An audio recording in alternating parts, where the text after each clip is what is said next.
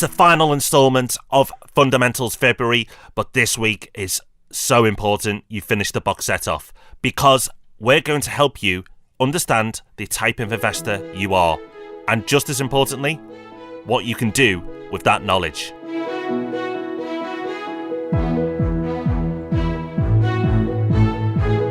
Yes, thank you for joining us on the Property Podcast, where every Thursday morning property investors come together to be informed and inspired. This is episode 311, where it's all about you. We've talked about a lot of the big economic concepts that underpin property, but you're a big part of it as well. What do you want, and how should you go about getting it? They sound like simple questions, but when you start thinking about them a bit, it can be a little bit more complicated than you first thought. But don't worry, because today, that is what we're going to help you with. So our news story of the week, Rob, is enthusiastic property presenter talks Brexit. And no, it's not a podcast presenter, it's a TV presenter. Yep, this is TV's Phil Spencer, as reported in The Express, saying something that will be quite familiar to property podcast listeners by this point, which is that the main impact of Brexit has already happened. So you'll read so many headlines about the terrible things that Brexit is going to do to the property market, which are mainly based off misunderstood or out of context comments based on something that somebody from the Bank of England said. But we've been saying for a while that we are seeing the impact right now. And Phil Spencer's saying the same thing. The fact that the market has slowed down so much, the fact that the volume of transactions is so low at the moment, means that whenever what happens, whatever it is, rather than being a disaster, it's actually likely to give the market a bit of a boost. Yeah, absolutely. And it's great that the lovely Phil Spencer agrees too. You never know, Rob, he might be a secret property podcast listener. If you are, Phil, get in touch. You can come on. We'll make sure you deliver biscuits for the show. Or, more likely, he's just seen what's happening in the market and it seems really obvious to him as well. I think it's worth bringing this news story back up because still now so many people are asking me, what's going to happen after Brexit? And I feel like we've talked about it a lot. Well, not a lot because it's already priced in.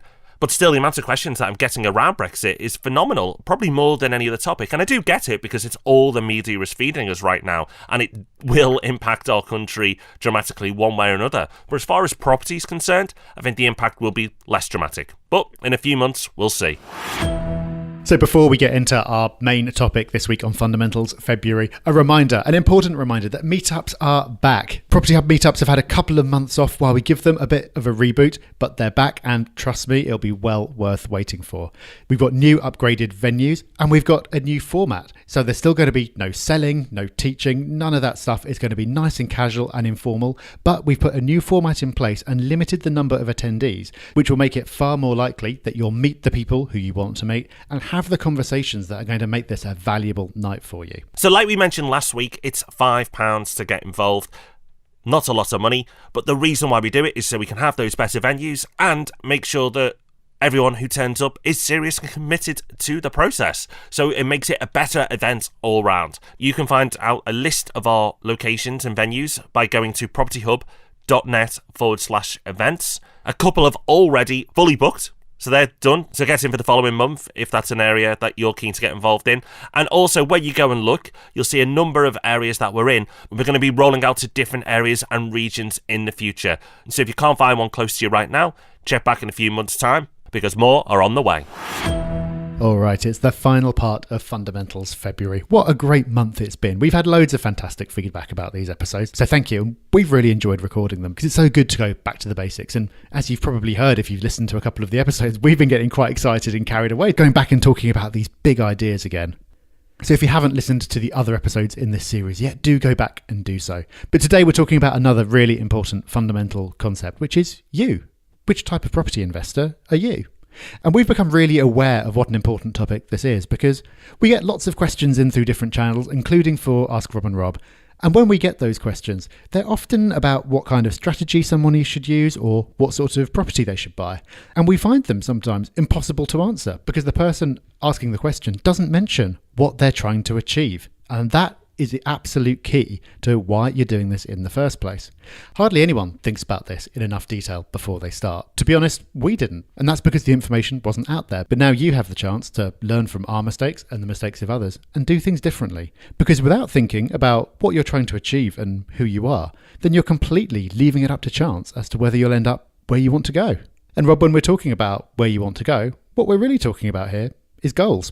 Goals are so important. We've talked about them on the podcast before, but for very good reason. Goals will help you make better decisions. when you're going through your journey, but just as importantly, at the beginning of your journey as well. Getting started in property investment can be so intimidating, but knowing exactly where you want to get to will help you plan out those first steps and allow you to get going. Goals will also help you avoid distraction, because lots of shiny, interesting things come along in property, but when you look back at your goals, you can say, right, well, will this help me get any closer to my goal? So you become more effective as a property investor as well. And property can be tough. It's not all fun and games. You're going to have times when it's not going your way. So by having a goal, it's going to keep you motivated to stay on track and to keep pushing on. Now, not all goals are created equal. Now, when you set a goal, you have to make sure that your goal is SMART. It's an acronym. It's SMART, and it stands for specific, measurable, achievable, realistic, and timed. And you have to make sure any goal you set ticks each one of those boxes. Just saying, I want to get rich through property, isn't a goal. Well, it is, but it's just a really poor one. So get very clear and make sure any goal you set is a SMART goal. Now, when you set your goal, make sure it's meaningful, because your why is just as important. By saying, oh, I want to get a Ferrari, because you think, oh, well, I need to say something, but you're not even that into cars, isn't a great goal. Because when it does get tough, as I've touched on, you're not going to be as motivated to push on through. So you've really got to make sure that your why, the reason behind this, is something that you are passionate about. It may be looking after future generations. It may be looking after your own financial future, but it's got to be important to you. And what's important to some people isn't important to the next person. So don't ask other people, why should I do this? You've really got to think about who you are and what's important to you to make sure that your goal is meaningful. Now, we've spoken to a lot of property investors and we've heard a lot of goals. And yes, you are a unique and magical snowflake, but these goals do tend to cluster into different types of investor. This is something that we've spotted over time, and knowing which type of investor you are gives you not a template to follow, but it counts certain things in and certain things out, and it gives you certain considerations that you should be thinking about. It's also important for us to know we're in the business of helping property investors achieve whatever they want to achieve. So as soon as you arrive on our new website, we ask you a few questions to help you determine which type of investor you are, but also to tell us, and so we can direct you towards the most helpful resources. And from experience, we've discovered that defining investors in terms of what you want is so much more meaningful than by asking whether you want to invest in single lets or HMOs or do flips or refurbs. Those are sort of second or third level questions. The first level question is why? What is it that you're trying to achieve? Because property is something that you do for a reason. Apart from a few very isolated cases, it's not something that you just do by accident. There's normally some kind of motivation behind it. Once you know what it is that you want and you've spent time thinking about it, lots of other decisions will flow from there. But you've got to have that first step in place. So like I said, we've spoken to a lot of investors about their goals and helped them to set better goals. And from doing that, we've identified 4 main types of investor that most people will fall into. So first of all, a warm welcome to Long-Term Lou. Now, Long-Term Lou sees property as a pension and something possibly to pass on to future generations. Now, Long-Term Lou, as you can probably guess, all about the long term. So they have a 10-year plus view when it comes to property and to them achieving their goals. No quick wins here. They tend to prioritise capital growth over yield because that's where the real money is made in property over the long term. Now, they will get a yield and they'll see that as a nice bonus rather than a must-have. They want assets that are going to put money in their pocket, but the capital growth is their main driver because that will help them hit those big goals such as a pension or looking after future generations. The great thing for Long-Term Lou is because time is on their side, they don't need to take big risks. Because over the long term, good, sensible, steady properties are going to perform as well as pretty much any other property. So you don't need to gamble with risky areas or risky property types or risky strategies to hit your goals. So Long-Term Lou finds it a lot easier to sleep at night as well.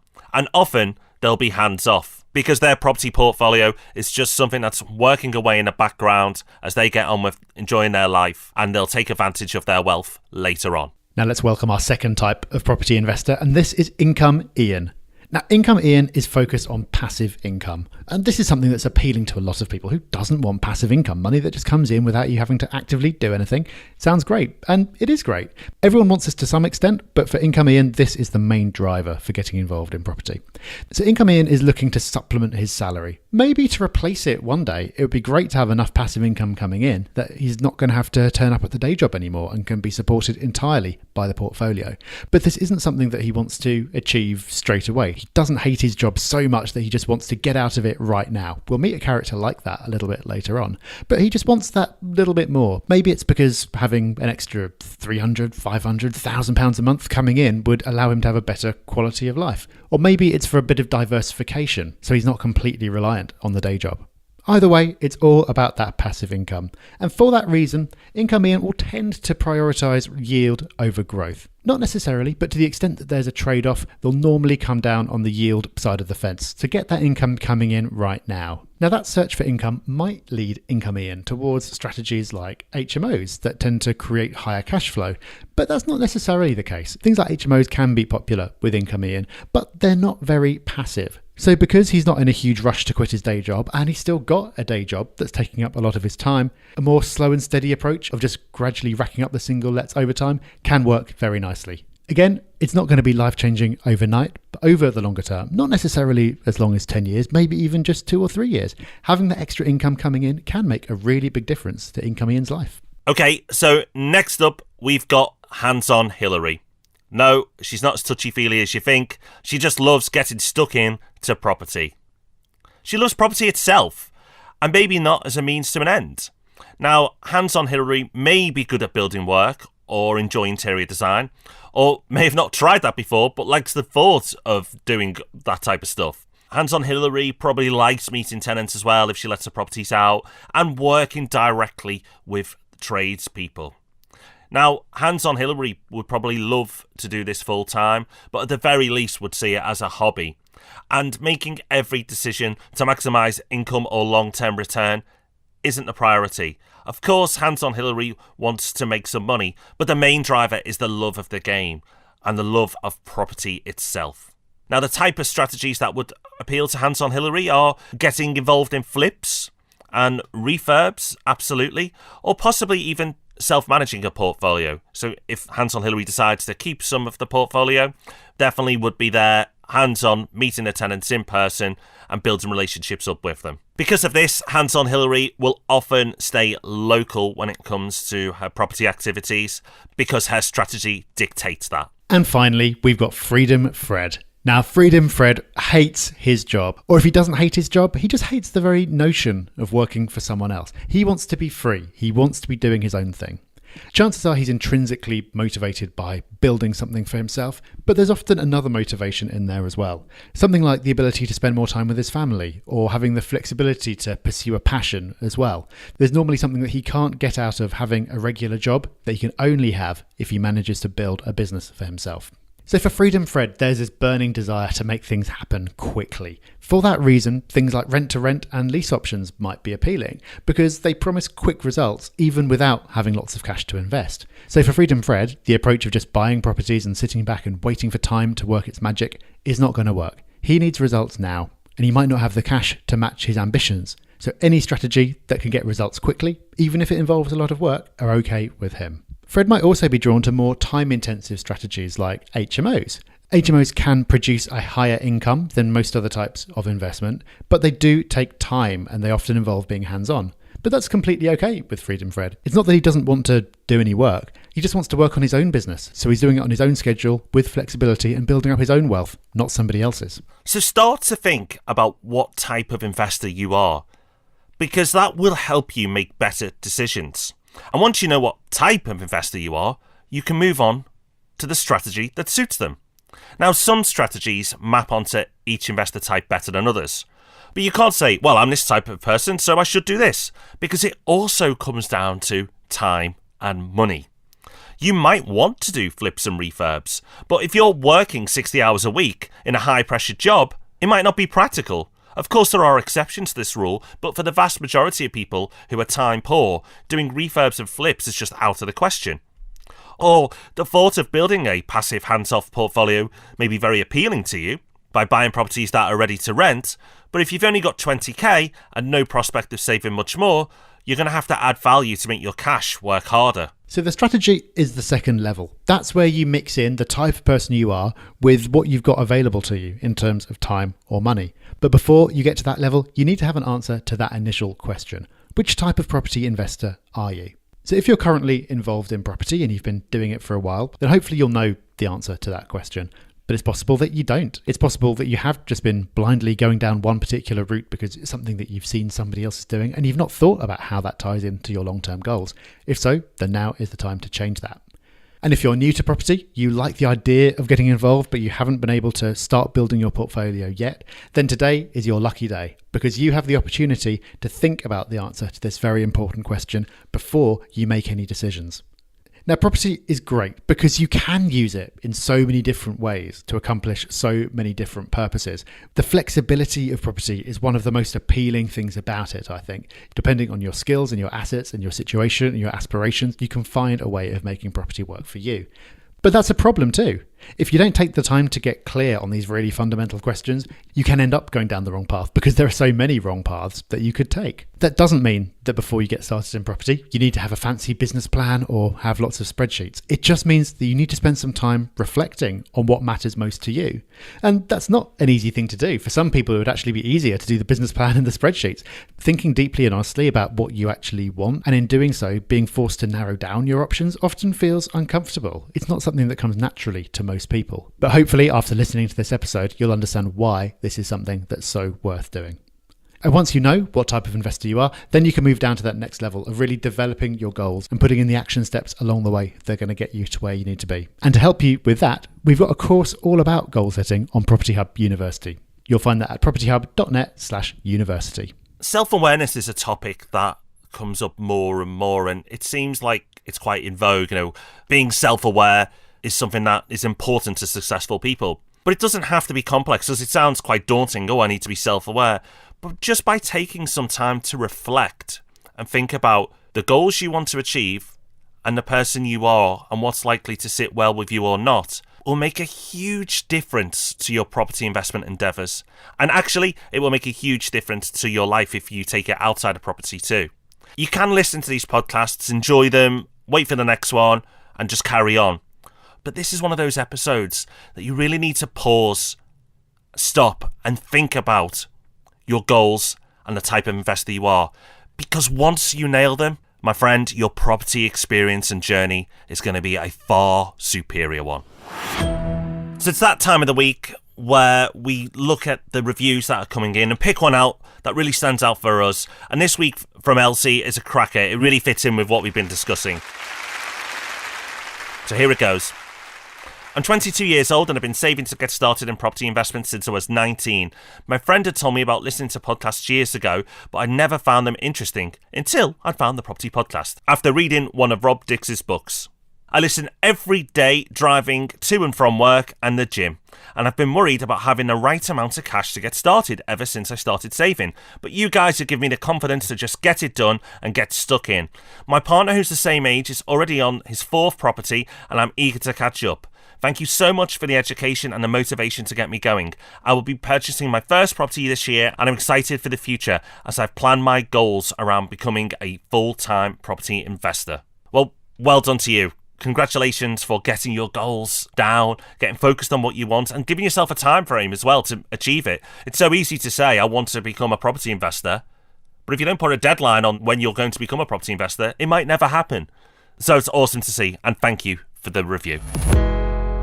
That's nearly us done for another week, and it's the end of Fundamentals February. But before it's the end of the podcast, we've got to sneak in Hub Extra. It's where we give you that little bit more. We broaden it out from just property and give you something, whether it's a quote or a tool or a resource, that's going to make your life that little bit better. This week, we've got something that's not going to change your life, but it could remove a small point of irritation. Now, if you're anything like me, you watch a fair bit of Netflix. But if you're also like me, and maybe you're not as grumpy as I am, but I get really annoyed by it every time you go onto Netflix. First of all, it asks you who you are, even though it should already know. And then it starts playing all this mad stuff at you. And it's quite hard to find what you actually want because it's trying to promote its own stuff. Whenever you hover over anything, it does something weird. It's really cleverly engineered to get you to watch more and to watch what it wants you to watch. But that works for Netflix. But it doesn't mean it works for you as someone watching. So I was very happy to find a little extension for the Chrome browser called Netflix Classic, which quite simply clears away all that clutter and puts it back to how it was before they got terrifyingly good at manipulating you and making you watch more and more. So all you need to do is install this little extension, say goodbye to all the clutter, spend a little bit less time watching stuff that you weren't planning to watch when you first went on there, and in general, make your Netflix time a little bit more chilled. So that's it.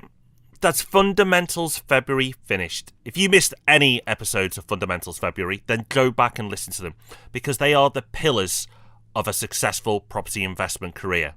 If you understand, and I mean really understand, what we've discussed over the last few weeks, you've now got the platform to go on and achieve all your property goals and dreams.